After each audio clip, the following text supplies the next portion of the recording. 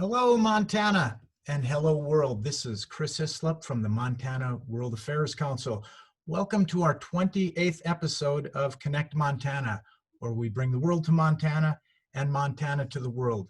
I am very pleased to have today as a guest, Congressman Greg Gianforte. Good morning, Congressman. Hi, Chris. How are you? I'm very well. Thank you so much for joining us today. My pleasure. Before I introduce you, I'd like to just say a couple words about this series to our audience. So we've invited all three of Montana's elected federal legislators to join us on Connect Montana. Today we've got Congressman Gianforte. On Thursday, the 23rd of July, we've got Senator Tester, and we hope to hear from Senator Daines very soon. Our guests in this series are invited as our legislators, not as candidates, and this is not an electoral forum. We've requested all of our guests to focus on the issues that are important to the World Affairs Council and to our audience. So audience, you are welcome as always to chat in questions to me, please, if you would. These questions I will then curate, and we'll have a short Q&A period after the Congressman's remarks.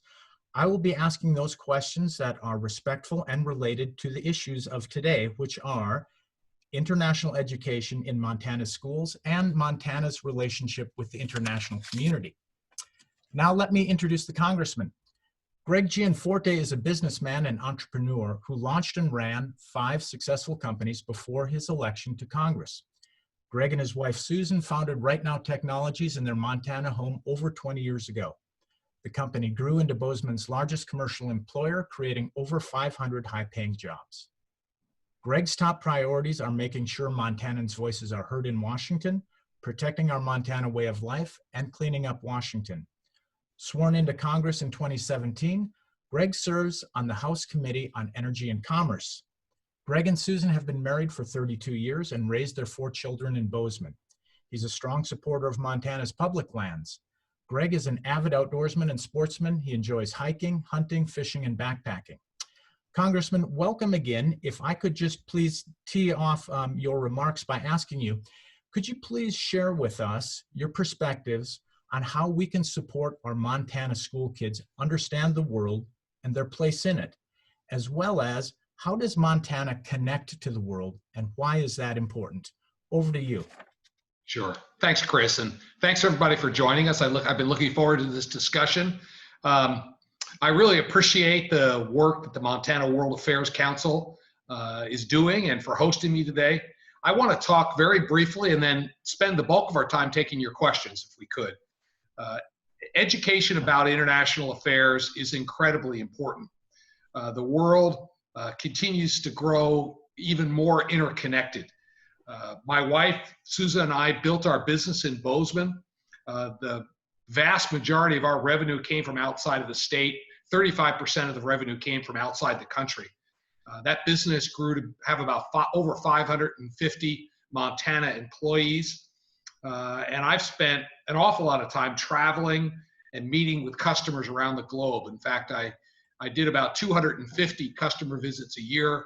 I was in Europe 6 times a year, typically in Asia twice a year.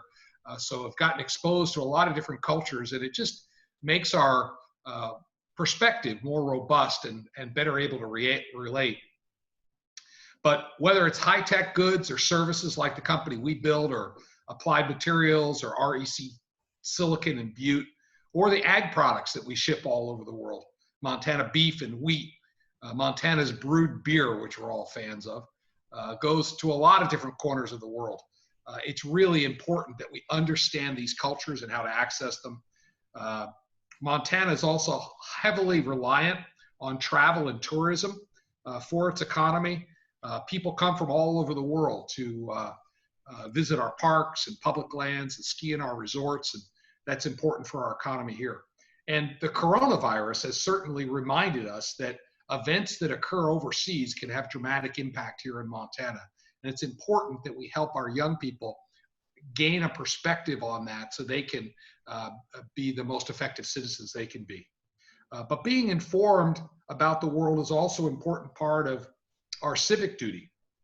If you're not informed about the world, how can you evaluate your views and policy. So it's critical that we have that perspective. This is why it's so important for our children to be educated about the world. Our schools and communities can help by discussing current events and highlighting the experiences of members of the community who do business around the world and promoting tourism and international exchanges. And it doesn't have to be something 10,000 miles away. In fact, I was advocating today, we're trying to fix the St. Mary's irrigation project, and it turns out that the closest cement plant is in Alberta, but the border's not open. And that's something we've been working on with Customs and Border Patrol just this week, trying to get special accommodations so we can rebuild that, so the communities up along the High Line will have water before the Milk River dries up.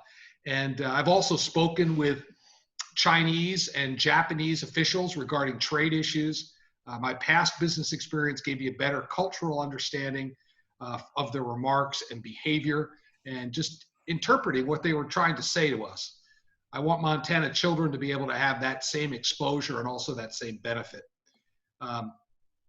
I've met doing work on the US, Canada, Mexico agreement. I've spoken with the premiers of Alberta, Saskatchewan, as well as Canadian Consul General down in Denver. So these are part of our lives, and it's part of trying to develop good policy for Montana. I appreciate the role that the Montana World Affairs Council plays in promoting that knowledge, and appreciate you having me here today. And with that, Chris, I'd love to take some questions. Thank you very much, Congressman. Great to have you again. We have a number of questions coming in. I'd like to just prime the pump a little bit, if I could, to ask the following. You mentioned COVID, which obviously is a big issue for everybody, not just here in Montana and in the United States, but around the world. In most of the shows we've had here talking about international issues, no surprise that this has come up several times. As a way to say, now more than ever, our understanding and our connections with the world are critical for us, particularly in light of a pandemic. Can you mentioned a little bit about our students gaining perspective here in Montana and maybe using this issue, the COVID issue. Could you tell us a little bit about how in schools students can best do that and maybe how we can support that? Over to you. Yeah, so first let me start with some good news. I was on a call yesterday with Dr. Gottlieb, who's one of the leaders in our country on this COVID situation. And he shared with me one of the things that's going to allow us to get through this COVID is build up what's called herd immunity. That's when a significant portion of the population has had the infection, has built up antibodies that makes them resilient. He told us on the phone yesterday, this is a congressional briefing, that by the end of this year, at current infection rates, if we do nothing, we will have built sufficient herd immunity that will stop the expansion of the COVID. So this is encouraging because many people in Montana are concerned about their health and across the country and around the world. He also shared with us that he expects that we'll have a vaccine here by the end of this year or early next year. So the combination, as more and more people get the disease and get through it, they are then resilient. I think for our students, we have to be open and honest. This has spurred conversations about personal hygiene and the true dangers that people occur. I think there has been, people are very concerned about their health. We've seen this, but we've created an economic pandemic as a result of this health pandemic. We have about 100,000 people in Montana have filed for unemployment. We've had many businesses shut down for some time. And I personally believe, and this is, there are risks in life, and we have to analyze them and take appropriate steps to protect ourselves. We wouldn't ride in a car without a seatbelt on. If someone has a compromised immune system or respiratory issues or is older, they shouldn't go out into large groups. That being said, and I don't want to second guess any of the decisions that were made up until now, but going forward, given what we know about this virus now, I personally believe public policy can focus on keeping the vulnerable safe and should not require us to have to actually shut the economy down again. But there's no one single answer to these questions. And I'm a big fan of, putting big questions out there and letting our young people debate them and express their views so they can grapple with what they believe and why and have to defend their positions.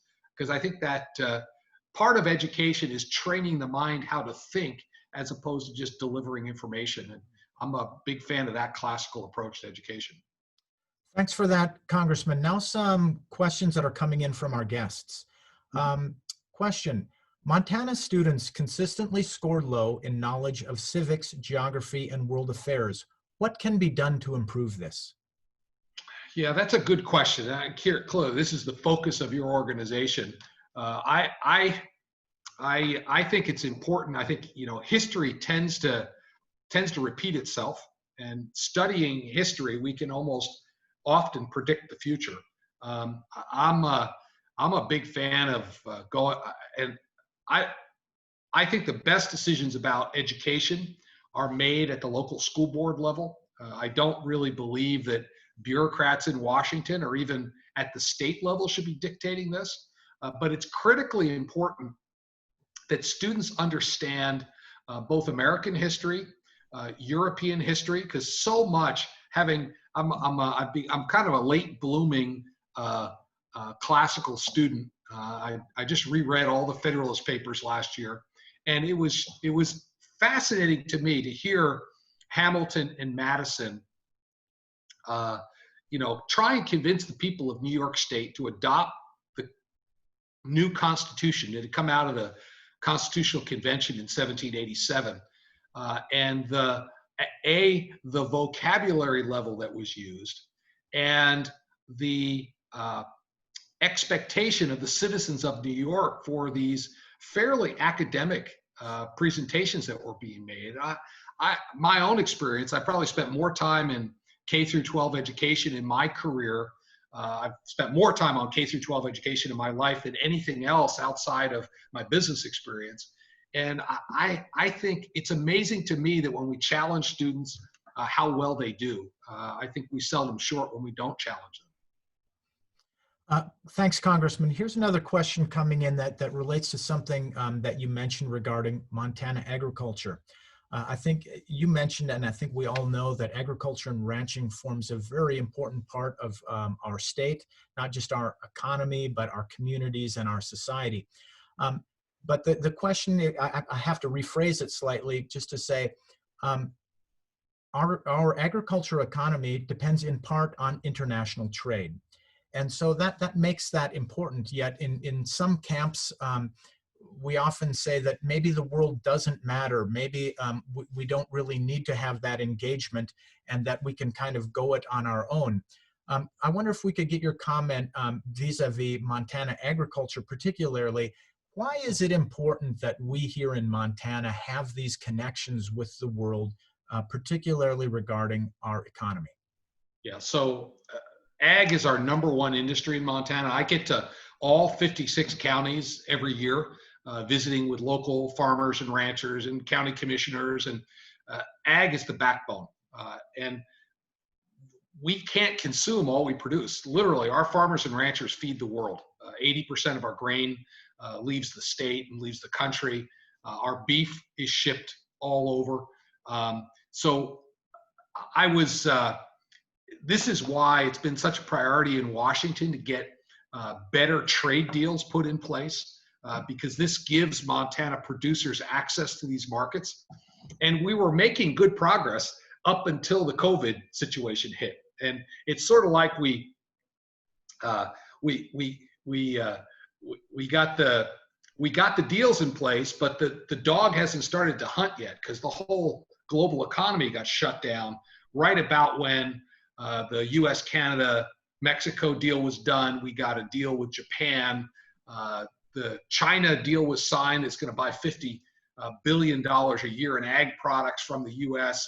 In fact, I was just lobbying Ambassador Lighthizer, who's our trade ambassador here recently, to get Durham wheat added to the list of must-buys from China. So it's Montana ag would not exist without access to foreign markets. Some of the challenges we face traditionally is that we don't always add a lot of value to our ag products in Montana, and as a consequence, our producers don't always get a fair price. We've been dealing recently with a number of issues in the beef market where there's a concentration of packers, and I personally think our ranchers produce premium beef, but the Montana brand is not preserved through the supply chain. I'd like somebody in a Whole Foods store in San Francisco or Seattle to be able to pay a ridiculously high price for a Montana steak and get good quality for it. I think they'd be willing to do that, but because we don't have sufficient processing capacity here in the state, our cows leave the state, they go through a large processing plant, and the Montana brand is lost, so people aren't even able to pay a premium for that because they don't know where their food came from. So I'm a big fan of increasing capacity, processing capacity in the state, and doing other value-added programs so that our producers can get better value for the products. Congressman, here's another question from one of our audience. One of, if not the number one thing that connects Montana with the rest of the country and the rest of the world is our public lands, and you mentioned that, in fact. Protecting these public lands is crucial to the tourism industry in the state and bringing people from all over the world to experience what Montana has to offer. Congressman, will you be signing on as a co-sponsor of the Great American Outdoors Act to keep those public lands open to continue to connect Montana with the rest of the world? Yeah, it's a good question. And I fully support the bill that came out of the Senate. And I look forward to voting for it on the House floor. I've had a strong record here. I think just a couple of things. I was the only Republican on the Natural Resources Committee in the last Congress to continuously and consistently vote for permanent reauthorization of LWCF. That's so critical to get our fishing access sites. And the three principles that I really take from Montanans back here to Washington on your behalf is, number one, we have to keep public lands in public hands. Secondly, we have to work to increase access to those lands. And this is part of what this Great Outdoors Act does by increasing access. And then thirdly, the voice of the local community is paramount. This is why when the community in Paradise Valley came to me and said, we don't want to mine on the northern border of the Yellowstone Park, I championed that legislation. I over some objections from even in my own party, I got it done, and the president signed it, and now Paradise Valley is protected.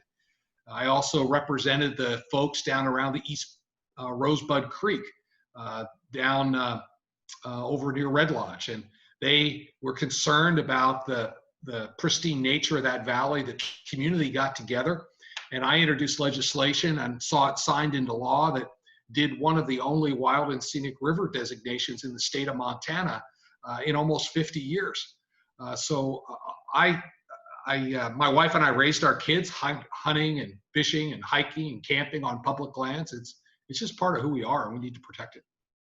So I look forward to supporting the Great Outdoors Act. Thank you for that. Congressman, another question relating to education of Montana school kids. Teaching world religions in school would enhance students' knowledge of different cultures, but how can you do this and not compromise separation of church and state? Well, I think we have to be clear about what the Constitution says and what it doesn't say. It says that there should be no state-sanctioned religion, and I think that's right. Each individual should be able to make up their own decisions about what they believe or don't believe. The state should not be forcing religion on anyone. That being said, it doesn't prevent a survey of religions or investigation from an academic perspective, and I think that should be encouraged. Okay. This concept of our founding fathers were clear. They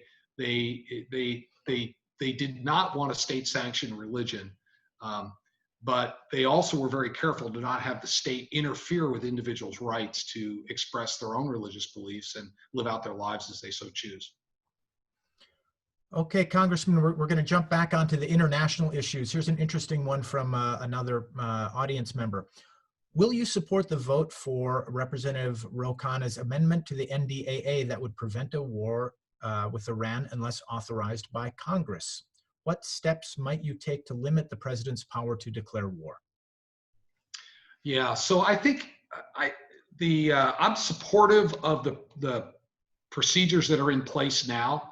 The president needs the ability to respond when there's imminent danger to our troops. The Congress ultimately has to get involved if there's going to be protracted interactions, and I don't think I'm going to sign on to Ro Khanna's amendment. I consider each piece of legislation that comes up, and I listen to people in Montana about what's in our national interest. I think the number one job of the federal government in the end is our national defense. And when our interests are threatened, we need to make sure the tools are in place to respond appropriately. Okay, Congressman, I think we have time for just a couple more questions, if I could. Here's a big picture question coming in. What are the 3 to 5 key future challenges ahead for Montana regarding international engagement or our place in the world, and why are these important? Sure. So that is a big picture question. I'm a business guy.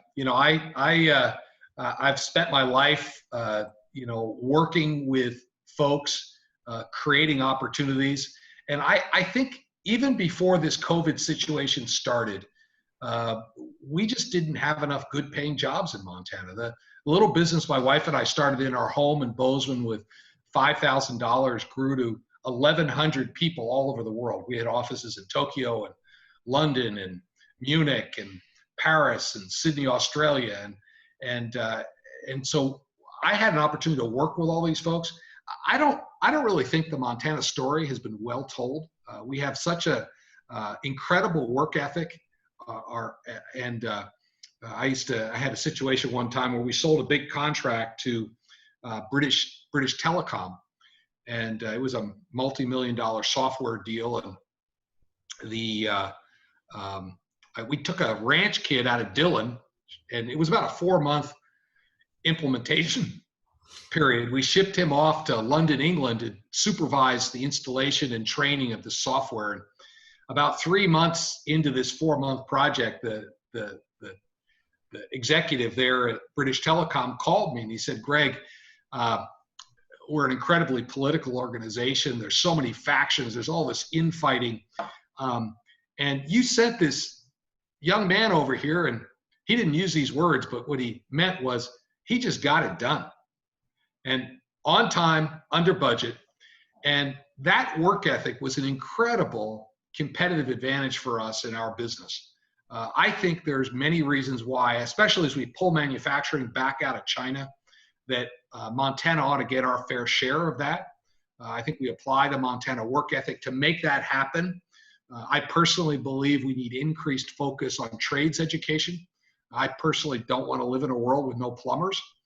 We need carpenters, we need welders, and I'd like to see individuals be able to live out the American dream. I think there's a policy necessary at the state level as well to just reduce regulations, let people keep the fruits of the labor so that people, if they work hard, they can get ahead. From an international perspective, because I've spent so much time traveling the world, dealing with executives at major corporations in Europe and in Asia and all over the US, I hope to have a role to be Montana's #1 sales guy. I think there are good, clean businesses that can locate here to take advantage of this Montana work ethic and bring prosperity to Montanans to complement our existing industries. Congressman, I'm going to try to squeeze in one last question, if I could, very much shortened and paraphrased. Your views on the future of the China trade deal? I hope they hold up their end. I was encouraged to see President Trump get the deal done. It's very good for Montana ag. I was in Beijing just a little over a year ago. We met with the most senior leaders of the Chinese government in the Forbidden City. I have to say, honestly, that They have not behaved well. They have stolen our technology. Coming from a technology industry, we have some real national risks there. 97% of the active ingredients in all our prescription drugs come out of China right now. So there is a need for disengaging some of the supply chains for our national security issues. That being said, they do need to feed their people. Our ag producers are some of the best in the world, and they have agreed to and seem to be buying our wheat. I'd like to see more beef going there. So I think it's going to be a rocky road, particularly as we watch what's going on in Hong Kong, just with this announcement out here in the last 24 hours of China pulling Hong Kong closer. I met with a number of the parliamentary members from Hong Kong in Darby, Montana last summer, as well as meeting with them in Hong Kong. So I try and stay close. I'm in email contact with a number of them, and I'm hopeful that they will keep their end of the bargain. Thank you for that, Congressman. I tell all my guests I'd like to try to keep to time because I know you, everybody is very busy. So I'd like to thank you once again for joining us on this show, and to remind the audience that on the 23rd of July at 10:15 Montana time, Senator Jon Tester will join us, and we're still hoping to hear back from Senator Daines' office to round out our series for our Montana elected legislators. Congressman, over to you for any last words in 30 seconds. Okay. Well, again, Chris, thank you for doing this. Thank you for your work in broadening the horizons of our young people. And I just want to say I'm honored to be able to serve you here in Washington. If our office can help in any way, just reach out. Much appreciated for joining us today, Congressman. And thank you again to all of the audience.